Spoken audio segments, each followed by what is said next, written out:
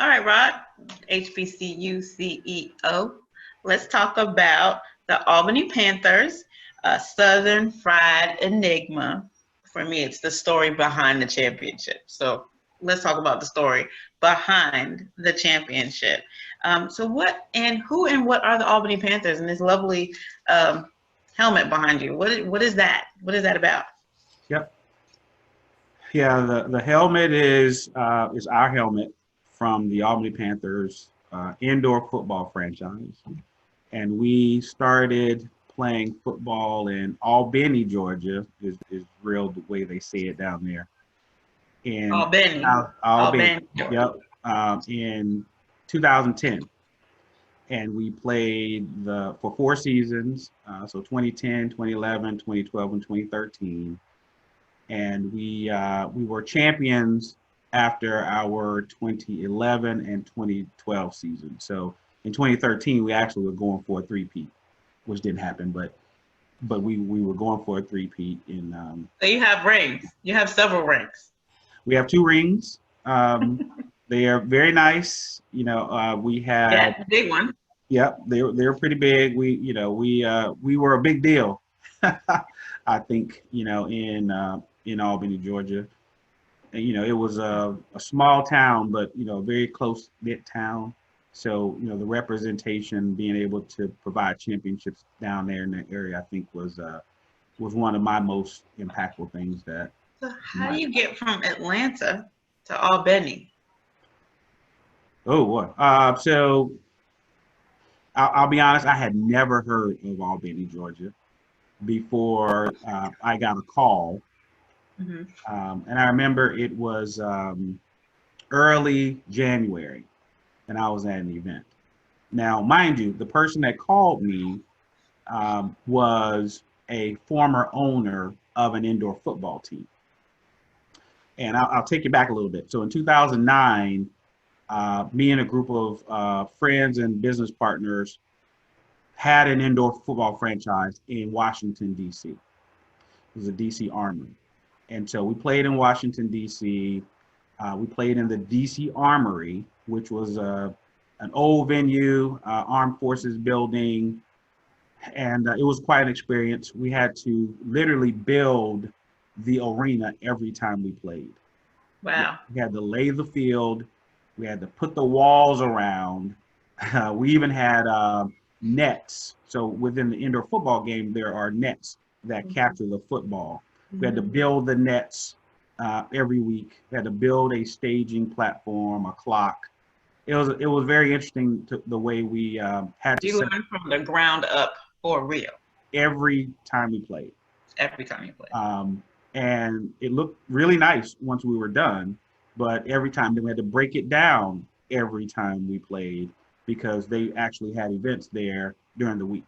So we spent the night breaking all the things down, rolling up the carpets and all those things. So anyway, so in 2009, I was with a group of guys. We played in an arena football league against, I think there might have been 12 to 16 teams in the league that year. Were you physically playing, or you were managing or owning the team that was playing? I was one of the owners of the team. But in that manner, we shared roles. So we had, we were general manager, we were marketing. As a matter of fact, one time, this is the funny part, our announcer didn't show for the first half.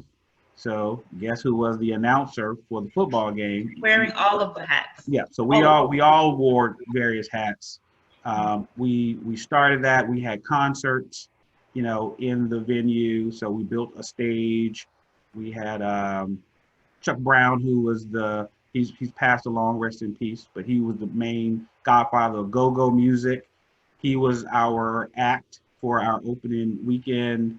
But absolutely, yeah, we really did it. I don't think of that time, however, 2 things. DC, it was the first time, indoor football was trying to happen in DC. And then that season, it rained for 40 days and 40 nights. And there was construction going on right outside of our building. So the fans that we did have had loyal. They had to come from across the street, across the mud, and into the venue. Mm-hmm. I thought the experience was great for the few folks that were able to be there. But so that season we played against several teams. We weren't very good because we couldn't score. We had the best defense in the league. And if you know Shut it indoor down, but football, couldn't get over the goal line. yep. If you know indoor football, it's about scoring. Mm-hmm. And I think our record ended up being something like 4-8 or something like that. And we lost very close games for the most part because one, we didn't have a kicker, and we couldn't score. Our quarterback got hurt the first week of the season. We went through the season, trying to replace him, Mm-hmm. and it was just a tough year all around. We lost every penny. This is in DC. This isn't even Albany. This is in Washington, D.C. Washington, D.C. Yes. The first year of you The playing. very first year that I You were involved in ownership in any sports franchise. Okay. And honestly, we were looking for a way to involve ourselves in the sporting world, but our ultimate goal was to help with the development around whatever venue we were playing in. So housing, commercial, restaurants. You had a dual intention. Yes. Yep. From an economic development standpoint, leveraging the economic impact of the team on the economic impact of the surrounding properties and real estate. That's correct. And we were, when we started this process, there was a group of us.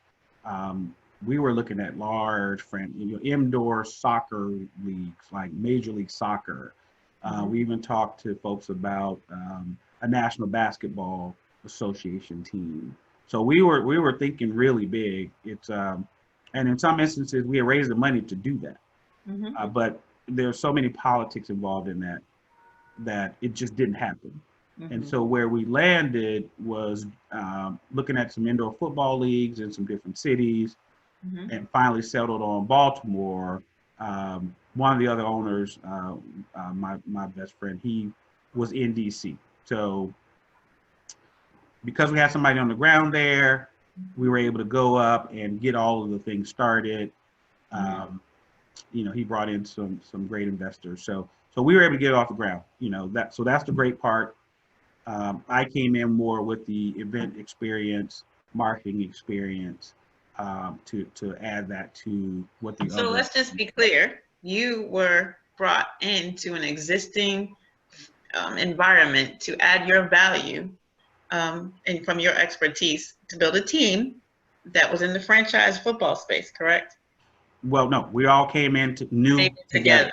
And then you took over. No, I'm just kidding. But you all were thinking big, and you were thinking about expansion from the get-go. From the get-go, you were talking about thinking. It was about more than football. It was always and about it always has been about more than football, yes.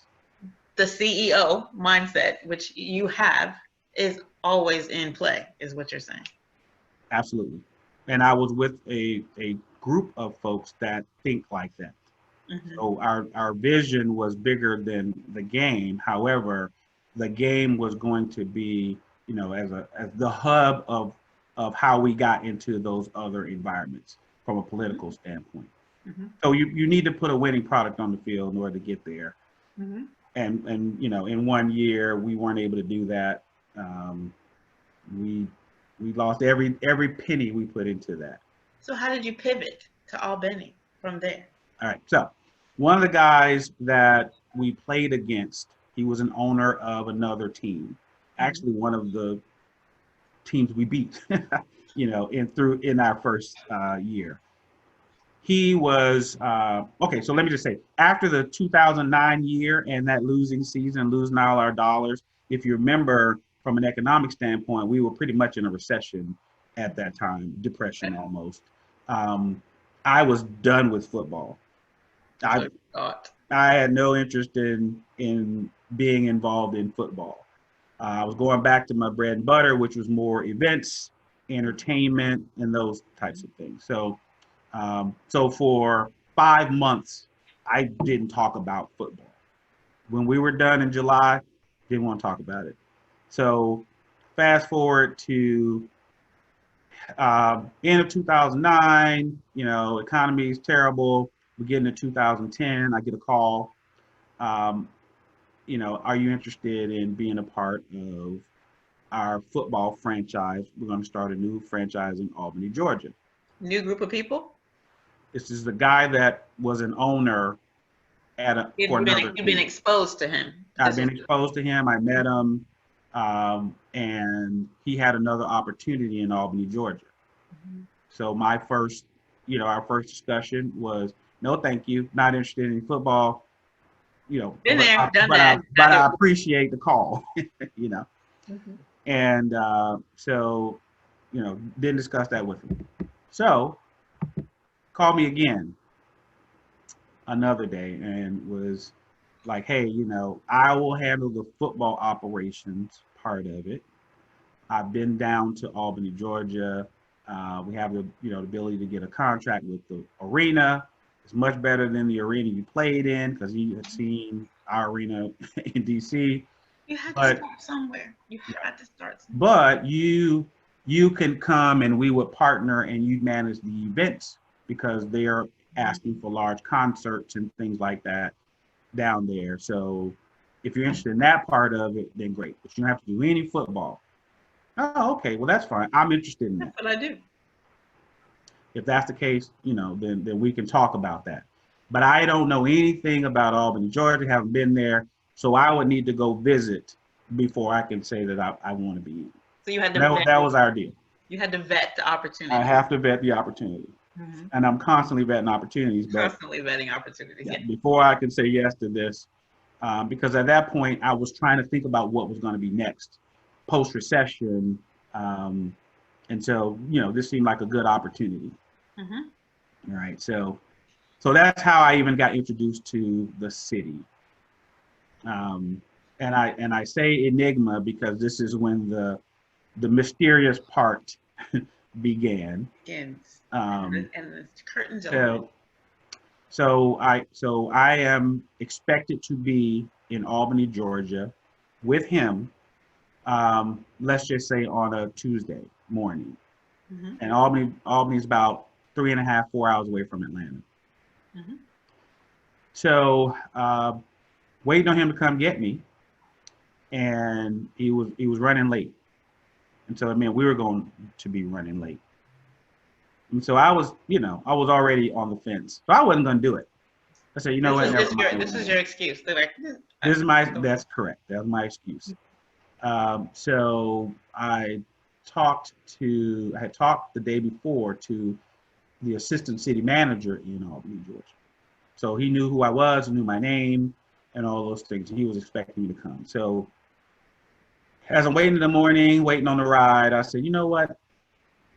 A buddy of mine was there, and he said, hey, you know what? If you want to go down there, I'll ride down there with you. So he came, picked me up, and we drove to Albany. Met with the assistant city manager. Later that, which was a great meeting. Can you tell me why the city manager, what role does the city manager have in your intent to build a football team? Okay. How do you connect those two? Mm-hmm. Yeah, so you have to have somewhere to play. Mm-hmm. And so the venue in Albany, Georgia is a city-owned and city-managed venue. Mm-hmm. It's not just a venue that, that's privately owned. So the city and the city council, which include the mayor, are the ones that decide on who get the contract to play or do any event inside of it. And so the gentleman that called me, which was my partner to start all this off, had already done the work of getting in front of them and determining whether they wanted a football team. Right. Now, I'll be honest, I didn't know all of that. You're just riding. Guess what? I'm not coming to talk about football.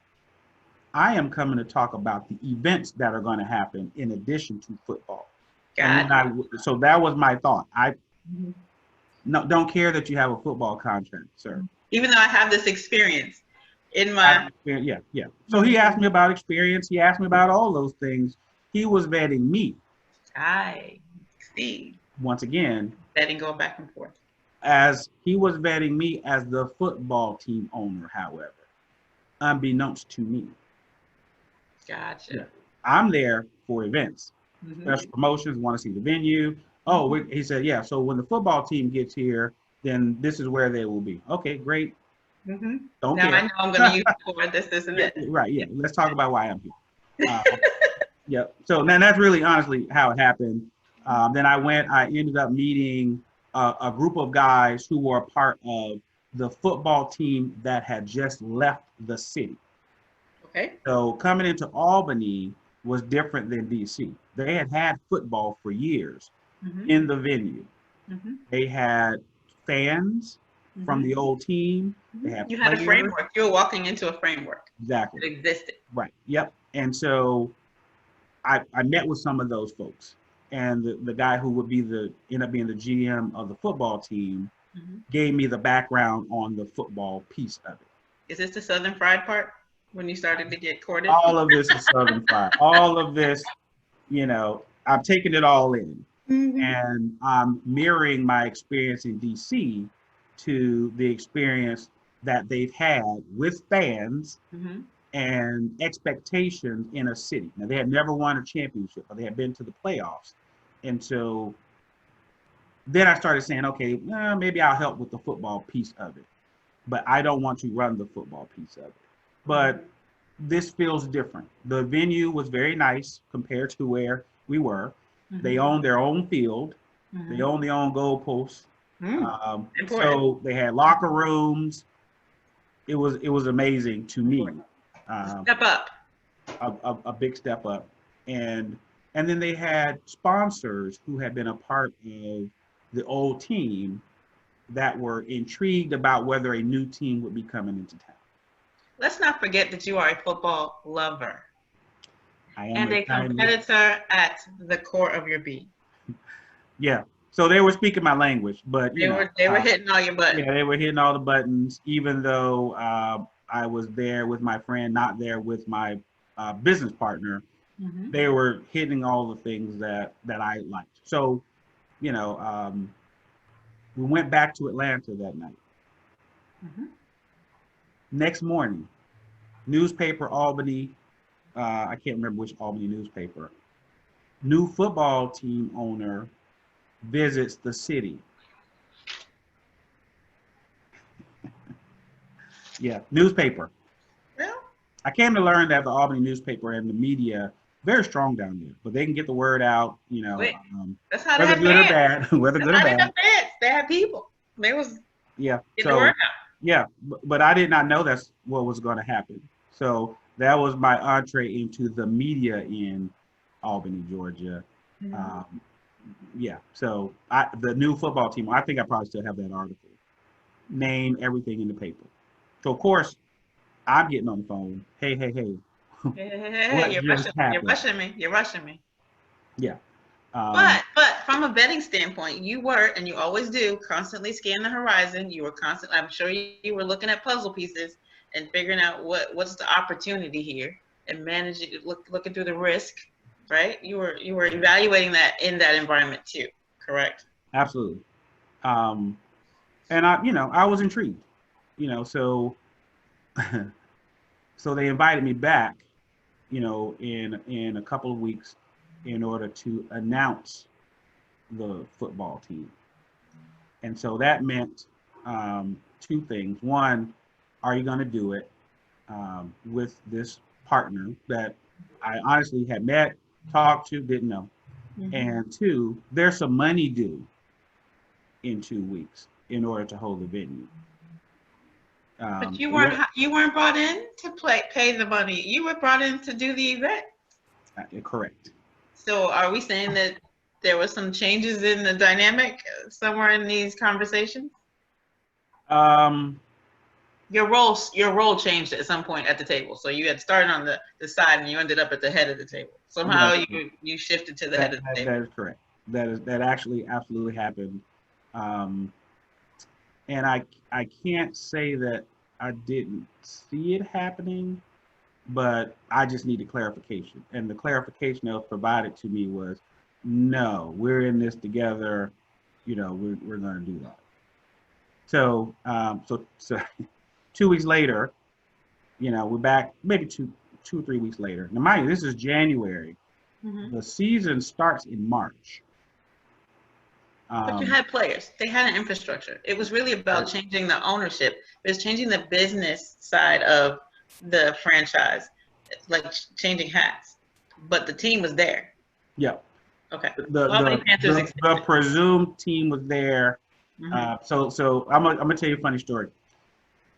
During the announcement, I had met and hired the guy I met as general manager. So all of this is happening, meaning money has been paid. So we have cut a check to say yes, we're coming. Mm-hmm. Now we can make the announcement. Mm-hmm. So we're there. GM is there. The night before, I didn't sleep because I was vetting coaches. Coaches were calling me. The coach that we had before in DC, probably about 4 or 5 people I was talking to about their philosophy on winning, being competitive and those types of things. So this went on into the night.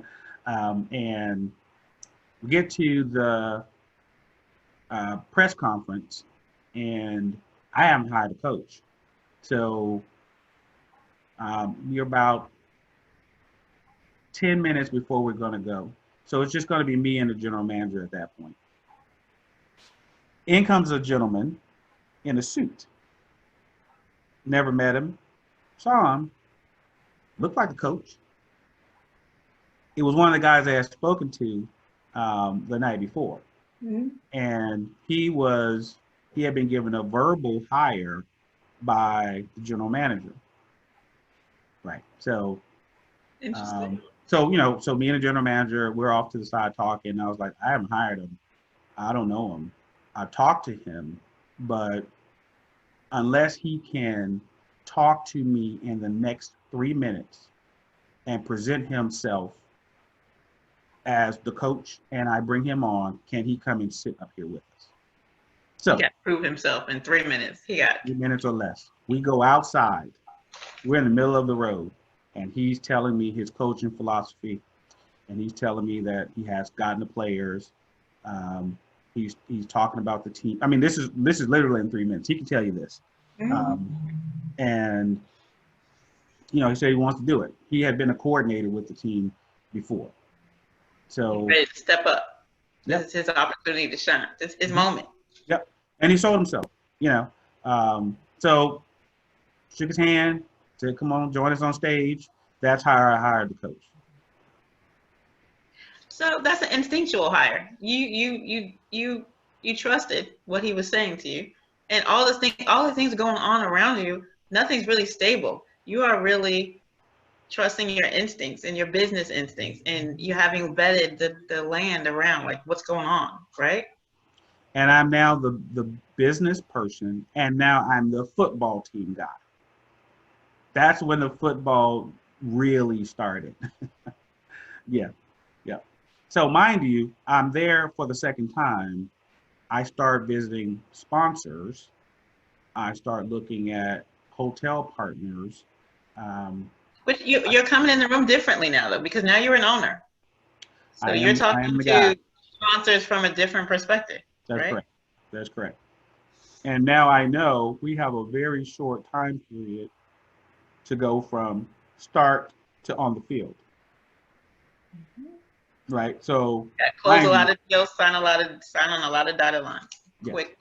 Yep. And the best part is, we had a mold already there from the franchise that was leaving. So there was some structure there that needed my footprint, handprint model on that, so that we can move in a manner that I wanted to help move the team. So we started doing that immediately. I think I was there for a couple of days, that trip. Mm-hmm. But now we got to prepare for the season. Now I am talking to the league owners about our schedule. Because in this world, other things happen inside of the venue, other things happen in the other venues that are around. So the scheduling has to be, in line so you can play.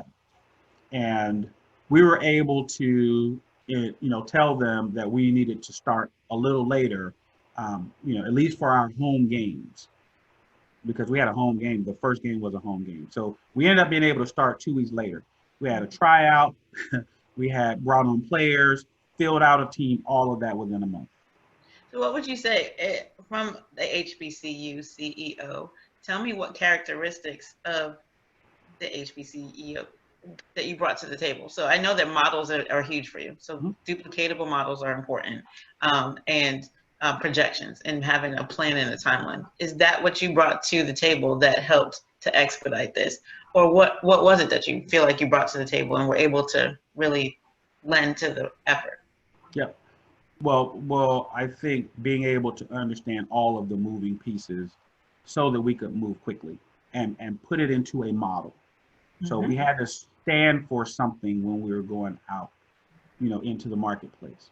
So my background in the experiences, live events, and being able to have a purpose, is what I brought. But also mobilized everything. Yeah, but also structure in that. And like I always go back to my budget. So as we build out a budget, there are pieces in there that you must ensure work together. And a part of that is the leadership that's under you. So being able to have a general manager that knew the market, knew the business, that was key. And then being able to bring on a coach that knew current players, had relationship with them, and then would be able to fill the holes. That's the part that could get us on the field. Being able to, form relationships with the venue to know we can get in and out of the venue, know the schedule that's going to happen and understand that.